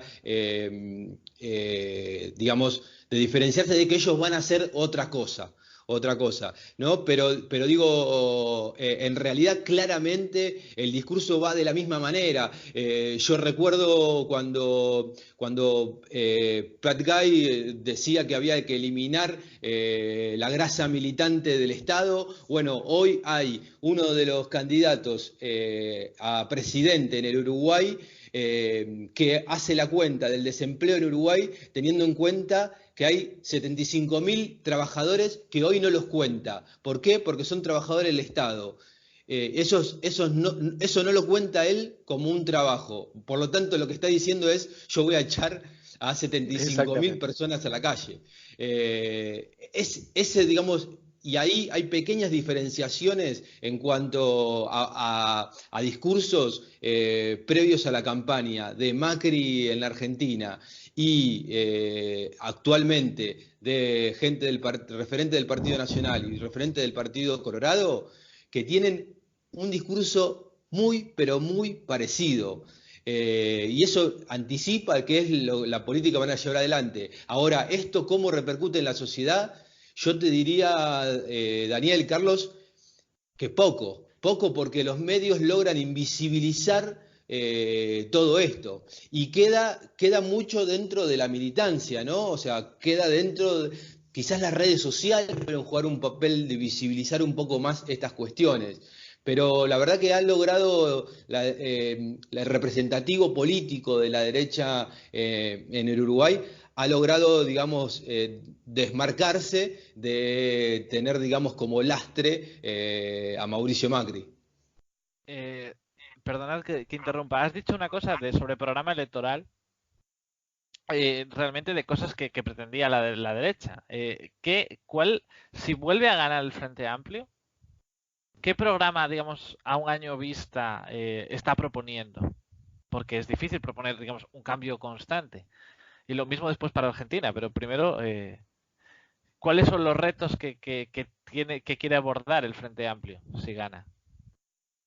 El reto fundamental es el empleo, y es el empleo de calidad. O sea, Uruguay sabemos que es un país dependiente y dentro del sistema capitalista, por supuesto. Entonces, el desafío es una economía, ¿sí?, que sea productiva, que genere valor agregado en el trabajo de los uruguayos. Y esto se puede lograr en Uruguay con algunas, digamos, con lo que el Uruguay ha venido planteando, que es la industria del software, el software aplicado ¿a dónde? A lo que es la propia, digamos, el petróleo uruguayo, que son las vaquitas, ¿sí? Uruguay ha dado un paso gigantesco con respecto a lo que fue la trazabilidad, que es identificar a cada vaca, ¿sí? Cada vaca está perfectamente identificada electrónicamente.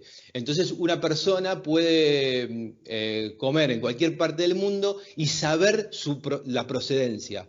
Esto es un cambio gigantesco en lo que es el aporte a las necesidades hoy del comercio mundial en cuanto a carnes, por ejemplo. Esto le abrió un montón de mercados al Uruguay. Bueno, eso se puede seguir mejorando un montón. Se le puede desafiar a lo que son las empresas de semillas, digo, a Monsanto, digo, tener cosas, generar productos propios en base a las nuevas tecnologías, en base a aplicaciones que estudiemos desde nuestros países, ¿sí?, sin la necesidad de tener que comprar productos que, digamos, de dudosa procedencia, y en algunos casos de no dudosa procedencia, sabemos que nos están instalando veneno. Bueno, entonces el desafío me parece que pasa por ahí, por hacer cosas en base a nuestras propias necesidades, en base al cuidado del medio ambiente, pero real y concreto. Creo que ahí tiene un campo enorme Uruguay para poder conseguir empleo de calidad y dar ese salto cualitativo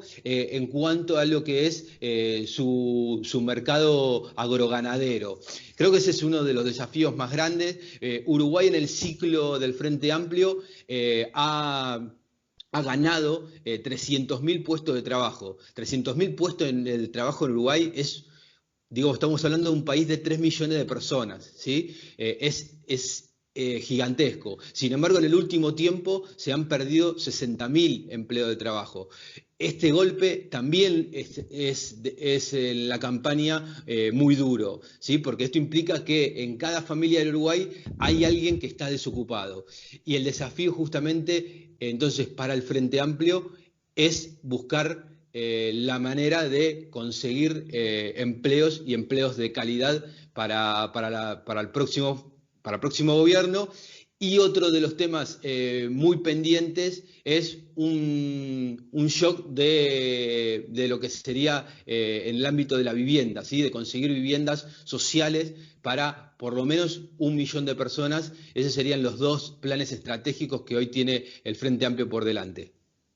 De Vita, te lo voy a poner un poquito más difícil. Las PASO en el pasado, no sé si han sido exactas o han cambiado respecto a la votación final. Creo que habían cambiado un poco en las anteriores ocasiones. Si gana el movimiento de cambio, digámoslo así, aliados de Uruguay, ¿qué puede hacer, digamos, en 1 año, en 2 años, si a lo mejor no gana el Parlamento y en Uruguay hay un cambio de gobierno también? O sea, ¿qué se espera de ese gobierno? ¿Cuáles son las prioridades de un cambio en Argentina? Bueno, vuelvo a lo que decía Víctor al principio, de que quizás en Uruguay están en una coyuntura muy similar a la que nosotros atravesamos 4 años atrás. Y donde la sociedad se debatía entre continuar con el proyecto vigente o cambiar y probar algo nuevo.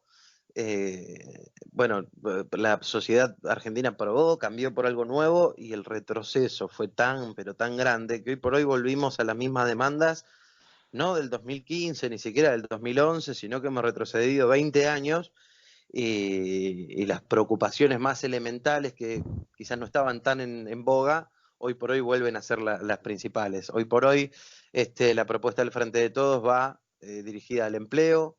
Hoy por hoy la propuesta del Frente de Todos va enfocada en el desendeudamiento, de dejar de pedir, primero frenar el endeudamiento y la dependencia, y después ver cómo se empieza a reestructurar todo ese modelo económico que es absolutamente dependiente y depredador de la economía argentina. Pero como te digo, nos han simplificado quizás en algún punto todo el eje de las propuestas, porque básicamente la gente necesita trabajar y comer, que en el 2015 quizás las demandas venían por un lado de estilo, de que no les gustaba la presencia mediática de Cristina, la forma que tenía de hablar, el cepo cambiario que restringía la compra de dólares. Hoy por hoy se pueden comprar dólares todos los que quieran, pero la gente no tiene plata para comer, entonces dólares no compra. Así que en ese sentido me parece que el desafío está puesto ahí, en generar puestos de trabajo, en salir adelante con esta crisis alimentaria feroz que tenemos y estabilizar el tipo de cambio y que las reglas del juego sean un poquito más decentes. Para que te des una idea, el precio de la comida y de los insumos básicos, las facturas de luz, de gas, servicios públicos, cada 3, 4 meses suben y se disparan a un nivel escandaloso y tu sueldo no sube de esa manera, claramente. Así que se ha deteriorado el nivel de vida de las personas de una manera tan feroz que está todo por hacer. Entonces, en ese sentido, somos muy optimistas de que el próximo gobierno va a tener de movida un piso muy bajo desde donde arrancar, y si bien va a ser dificilísimo, estamos con mucha esperanza de, como ya lo hemos hecho en el pasado, cuando se termina este modelo de hacer todo lo que te dice el Fondo Monetario Internacional y empezás a tomar tus propias decisiones, te puede ir mejor, peor, es formidable o medianamente bien, pero siempre va a ser mejor que el modelo de dependencia, que solamente le conviene a intereses que están afuera y que ni siquiera son personas, sino que son corporaciones. Una pregunta para los dos. ¿Cómo se está implicando la gente de la cultura en temas políticos? ¿Está tomando posición o está callada? ¿La música está cambiando? ¿Hay más música protesta, pero es uno de los... o no? ¿Hay movimiento en la cultura con todo lo que está pasando o no lo está viendo? ¿Quién quiere empezar? Con respecto a Uruguay, te comento que una de las fuerzas políticas que integra el Frente Amplio, que es el Movimiento de Participación Popular, el Espacio 609, cuyo referente más visible es José Pepe Mujica, en cada una de las actividades, ¿sí? Donde hablan los referentes de ese espacio político, ahí participan músicos. Distintos músicos, desde el rock, desde la cumbia, desde el tango, se hacen actividades artísticas en cada acto político de esta fuerza política. Por lo tanto, creo que la implicancia en este caso es notoria. Han salido algunos artistas del ámbito de las artes plásticas, de la música y de expresiones como el ballet, como digamos todo lo que está vinculado a la ópera, por ejemplo, y donde han salido a manifestar públicamente lo valioso que es tener un Estado presente dentro de la cultura. Algunos incluso con críticas, ¿sí? Hacia algunas cosas que no ha hecho el Frente Amplio, que le ha faltado hacer, pero entendiendo que lo que se juega ahora en cuanto a modelo de país tiene que seguir profundizándose y mejorándose a través del Frente Amplio. Y lo han hecho, no solamente con alguna entrevista, sino que poniendo el cuerpo. Sí, me llama muchísimo la atención que digas que el ballet, que la ópera. Daniel, Bueno, desde que empezó el macrismo, la verdad que fue como de menor a mayor. Eh, Éramos realmente muy poquitos los artistas que durante el comienzo de esta etapa empezamos a dedicarnos casi al 100% a denunciar a través de nuestro arte y de nuestras perfil público, de nuestras entrevistas a este gobierno, y a medida que se fue profundizando el ajuste, como esperábamos que sucediera, se empezaron a sumar cada vez más artistas. También es cierto que desde lo popular, desde lo que está quizás fuera de la industria, siempre hubo voces que de las distintas ramas del arte se expresaron. Pero bueno, quizás en este último año puntualmente empezamos a escuchar quizás a más artistas que son parte del mercado discográfico tradicional, y de la industria cultural, expresándose totalmente en contra de este modelo. Así que nada, en ese sentido, la verdad que celebramos eso. Y después, bueno, algo que se gesta en la calle, que es que en todos los subtes, en el subterráneo en Buenos Aires, hay nenes rapeando en contra de Macri de 5, 6, 7, 8 años, que es algo que la verdad que uno no le pone contento, porque un nene tiene que estar en la casa jugando o estudiando, no tiene que estar rapeando por monedas en un transporte público. Pero digo, sirve para analizar el termómetro cultural que hay. En todos los centros culturales hay consignas en contra de las medidas de ajuste, en contra de las represiones, en contra del ataque sistemático a los pueblos originarios. En ese sentido me parece que se ha gestado, no quizás tan fuerte ni de una manera tan significativa como uno esperaría desde la industria y desde el mercado musical, pero sí en las calles y en ese arte popular que surge de los barrios. La consigna de que Macri se vaya y deje de hacer este desastre me parece que está más fuerte que nunca. ¿ha tenido alguna consecuencia negativa o haberte posicionado en tu caso pues políticamente de esta forma? ¿Críticas que puedas recibir por redes sociales, cosas que tal? ¿O crees que es fácil posicionarse como lo has hecho tú? No, y mirá, claramente digo, para artistas, sí, sí, quizás cuando en alguna entrevista uno expone su punto de vista puede pasar, ¿no? Pero cuando uno dedica el producto artístico, cuando tus pinturas, tus esculturas, tus canciones hablan puntualmente de lo que está sucediendo, claramente se cierran todas las puertas de la industria musical. En Argentina tenemos un mercado y una industria cultural súper concentrada, donde son muy pocas empresas y todas parten de los mismos grupos empresarios, la guita siempre termina en los mismos bolsillos. Así que sí, en estos 4 años, por eso mismo, calculo de que no se han expresado todos los artistas, que incluso uno sabe que piensan como uno, pero que no lo salen a decir porque claramente se acaba el trabajo. No, en mi caso puntual, sí, el mercado musical lo tengo absolutamente cerrado.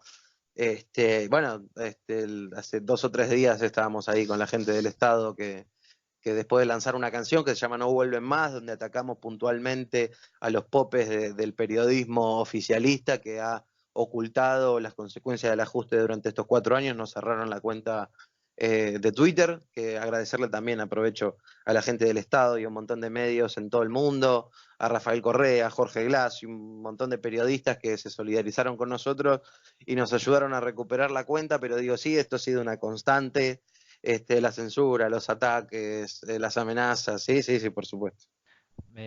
Me abres pie a una última pregunta y también la conclusión, es decir, os voy a dejar simplemente decir lo que queráis, pero es la última intervención para cada uno, ¿vale? Y de todas formas os la lanzo con una pregunta igualmente, ¿qué es sobre redes sociales? ¿Qué papel creéis que pueden jugar las redes sociales en estas elecciones en comparación con anteriores? ¿Quién quiere empezar cerrando? ¿Andrés? Sí, bueno, yo creo que es un papel, como siempre, digamos, como todo, es una herramienta, es relativo lo que se puede hacer desde las redes.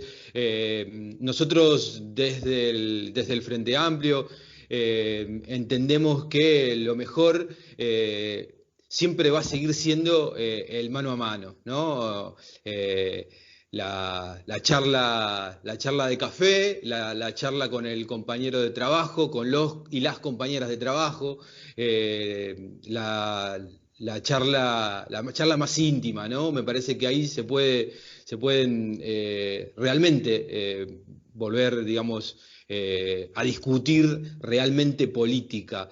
Lo de las redes Perdona que te es una interrumpa, herramienta. perdona. Sí, No solo me refería en positivo, también en negativo. Hay campañas aquí en España, pues se ha sancionado un partido político, al PP, por tener cuentas falsas para incidir en la opinión pública. Hay gobiernos que a veces pueden llegar a incidir en todos los sentidos, como influye, no solo positivamente. no, sí, sí, sí. Por eso, en Uruguay se ha firmado antes de lo que fueron las elecciones internas, los candidatos, todos que participaron de las internas, de todos los partidos políticos y también los propios partidos políticos con representación parlamentaria en la actualidad en el Uruguay, firmaron un acuerdo en el Parlamento a través de la Asociación de Prensa del Uruguay, donde se comprometían a no difundir noticias falsas. ¿Sí? Esto se viene llevando, podríamos decir, de bastante bien en Uruguay con respecto a otra campaña, a la campaña, por ejemplo, del 2010.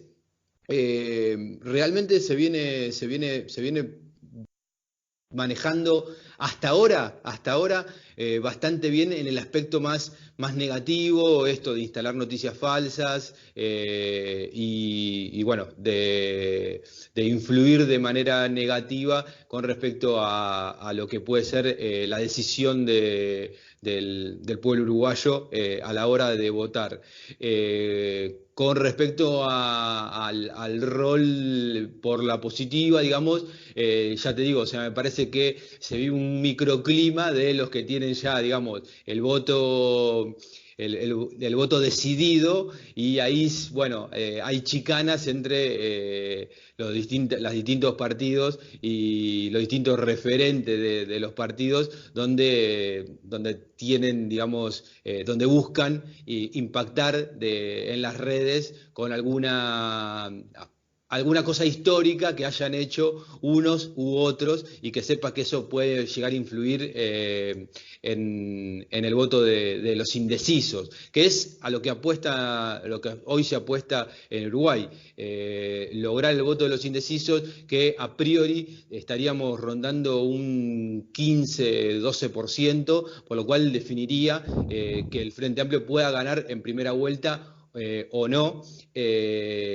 Y que cómo llegaría, digamos, a la conformación del Parlamento, como decíamos al principio de la charla, y bueno, en un eventual balotaje, cómo quedaría parado, digamos, la posibilidad de que el Frente Amplio logre, más allá de no tener mayorías parlamentarias, logre un cuarto gobierno. Yo creo que lo que se juega en Uruguay no son pequeñas discusiones de gestión, sino que son dos modelos de país. Un modelo inclusivo o un modelo excluyente, un modelo pensado para las grandes mayorías o un modelo para la élite y el sistema financiero y el capital internacional. Bueno, mira, voy a tratar de no extenderme porque me parece un tema súper interesante y que se pueden hacer miles de consideraciones. Me gustaría poner como ejemplo la estrategia del macrismo en cuanto a las redes sociales en el 2015. Hay una entrevista formidable del programa de Rafael Correa, Conversando con Correa, donde está como invitada Cristina Fernández de Kirchner, y hablan justamente de esto, así que nada, los invito a que cuando tengan un rato, si no lo vieron, lo vean porque es buenísimo. Y se habla de esta nueva derecha o de esta nueva ola neoliberal que viene con quizás las mismas premisas que la de los 90 en Latinoamérica, pero que se le suma los medios de comunicación totalmente polarizados y haciendo prácticamente guerra mediática y las redes sociales. yo creo que segmentando, que es esta nueva herramienta que se tiene, la televisión o la radio tienen un discurso direccional que los que lo escuchan reciben el mismo discurso. Las redes y con toda esta publicidad segmentada, vos te permiten llegar con el spot adecuado, con la consigna adecuada, con la palabra adecuada a sectores de la sociedad divididos por edad, por intereses, por gustos, por barrio, localidad o provincia. Digo, todo esto me parece que fue un fenómeno para el que no estábamos preparados y desde la política quizás tradicional no supimos contrarrestarlo.